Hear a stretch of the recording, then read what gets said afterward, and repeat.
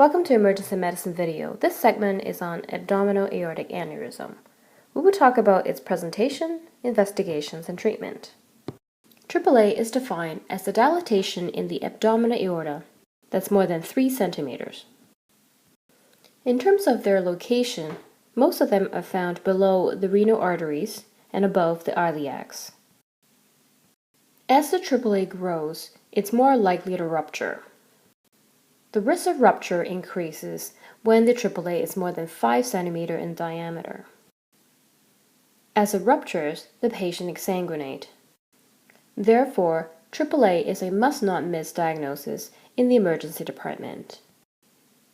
There are a few risk factors for AAA. They include smoking, being male, increasing age, hypertension, and family history of AAA. How do they present?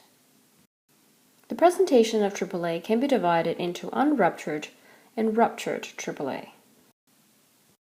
Unruptured AAA is usually asymptomatic until they expand. When they do, the patient usually complains of pain. It's usually in their back, flank, abdomen, and sometimes radiate to the groin.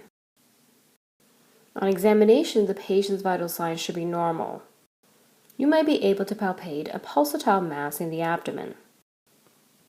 When they rupture, the presentation is much more dramatic. The patient may still be complaining of pain in their back and flank area. Now the pain is much more severe and continuous. On examination, the patient is in shock. You will see hypotension, decreasing tissue perfusion, tachycardia, and decreased level of consciousness. The patient with a AAA that's ruptured is a very sick patient. How do we diagnose the AAA? We diagnose it by diagnostic imaging. We'll talk about ultrasound and CT. Ultrasound can be done by the bedside. It is useful for diagnosing the dilated aorta, therefore finding where the aneurysm might be. However, on ultrasound, we cannot tell whether the AAA has ruptured or not. That is because when AAA ruptured, it tends to go into the retroperitoneal space, and therefore it cannot be picked up by the bedside ultrasound. On an ultrasound, a AAA will look like this. This is an ultrasound still image of a transverse look at the aorta. This is the abdominal wall, and patient's right and left as shown. This black circle here represents a AAA. When measured, the diameter is about 6 cm. Bedside ultrasound is a quick and easy way to diagnose AAA. It can be done quickly, and it can also be done in patients who are unstable. However, it is not a perfect test. We talked about before how it will not tell you whether it has ruptured or not, even though you might be able to tell that from the clinical symptoms of the patient.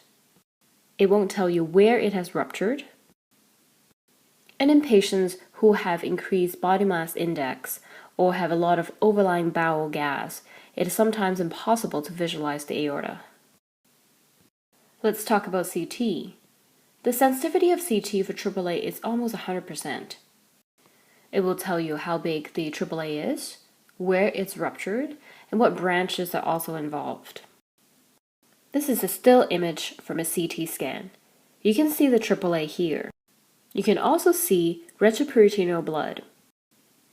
The limitation of CT scan is that the patient needs to be stable enough to leave the emergency department. It also requires IV contrast. How do we treat a AAA?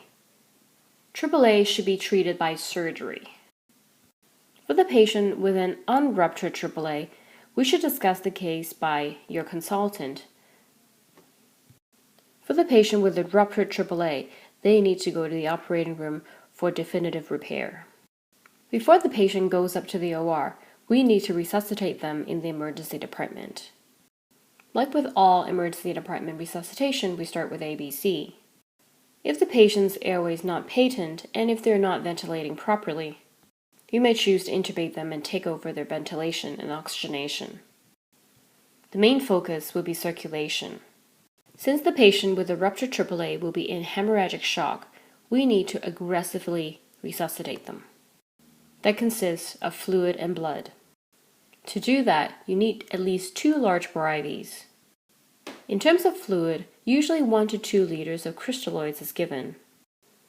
After that, and usually at the same time, 2 units of blood will be given in the patient before they go up to the operating room, since we're expecting them to have bled a lot internally.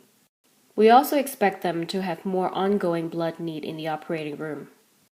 Therefore, we can order more units of packed red blood cells. And since the patient will likely undergo a massive transfusion, platelet and FFP is something that the anesthetist will probably order in the operating room.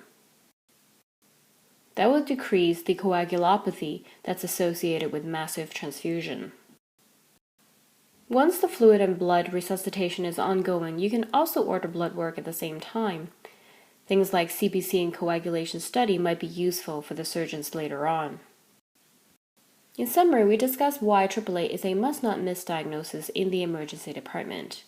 It can be readily picked up by a bedside ultrasound.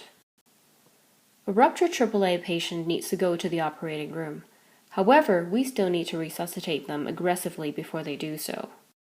We hope you find it useful. Thank you for watching.